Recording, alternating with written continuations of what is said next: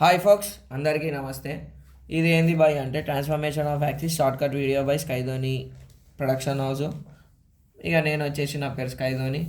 Just ఇది concept video కాబట్టి transformation of యాక్సిస్లో ఏమేమి టర్ములు గుర్తుకుండాలన్నా అంటే ఓల్డ్ కోఆర్డినేట్స్, న్యూ కోఆర్డినేట్స్, సరేనా. ఒరిజినల్ ఈక్వేషన్, ట్రాన్స్ఫార్మ్డ్ ఈక్వేషన్, ఇది మనం ప్రాబ్లంలలో చూసుకుంటాం. ఒకవేళ when the original equation is transformed with the point అన్నాడు అనుకో, హెచ్ కామా అన్నాడు అనుకో, ఫార్ములా ఏమొస్తుంది అంటే small X is equals to capital X plus H, small Y is equals to capital Y plus K.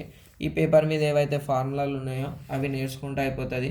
So small X small Y original is equals to capital X capital Y అనేటివి new coordinates, H comma K అనేది ఇచ్చిన point. ఇలా గిట్ట ఇంకొక video చేస్తే మొత్తం chapter అయిపోతుంది.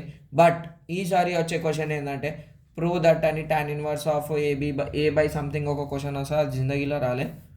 స్టూడెంట్స్ని ఎమ్ము కూడా పెద్దాం అనుకుంటున్నాను కాబట్టి ఆ క్వశ్చన్ ఇచ్చే ఛాన్స్ ఉంటుంది. అది ఇట వీడియో చేసేస్తాం. ఇడ టీటా, అదే యాంగిల్ ఆఫ్ రొటేషన్ టీటా అన్నాడు అనుకో, క్యాపిటల్ ఎక్స్ క్యాపిటల్ వై మీద రాయాలి, స్మాల్ ఎక్స్ స్మాల్ వై ఈడ సైడ్లోకి రాయాలి. ఏబిసిడీలలో మనకు ఫస్ట్ ఏమొస్తుంది, సి వచ్చి తర్వాత ఎస్ వస్తుంది కదా. So cos theta minus sine theta చూసుకో, సి వచ్చి ఎస్ వస్తుంది. So cos theta minus sine theta, మళ్ళీ సైన్ టీటా ఇడ రాసేసాయి, కాస్ టీటా ఇడ రాసేసాయి. ఇప్పుడు నీకు ఫైండ్ ద ట్రాన్స్ఫార్మ్డ్ ఈక్వేషన్ అన్నాడు అనుకో. ట్రాన్స్ఫార్మ్డ్ ఈక్వేషన్ అంటే ఏంది, మనకు ఇచ్చిన ఈక్వేషన్ స్మాల్ ఎక్స్ స్మాల్ వైలలో ఉంటుంది కదా.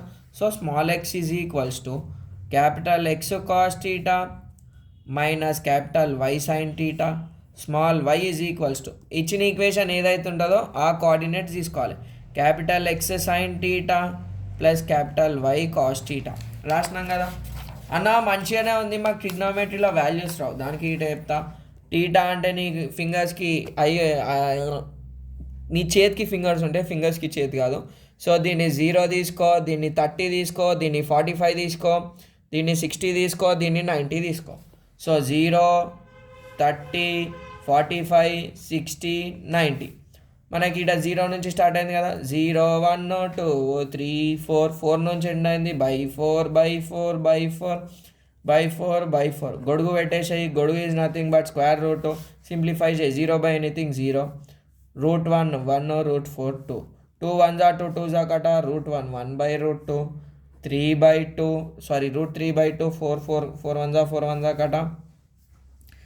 సో 1 ఇది 1 value. Sine theta value sine 0 0 sine 30 1/2 ఇట్లా వస్తుంది. తర్వాత కాస్ టీటా ఉల్టా రాయి, రెసిప్రోకల్ ఇగో ఇట్లా గుంజుకుంటా రాయిగా.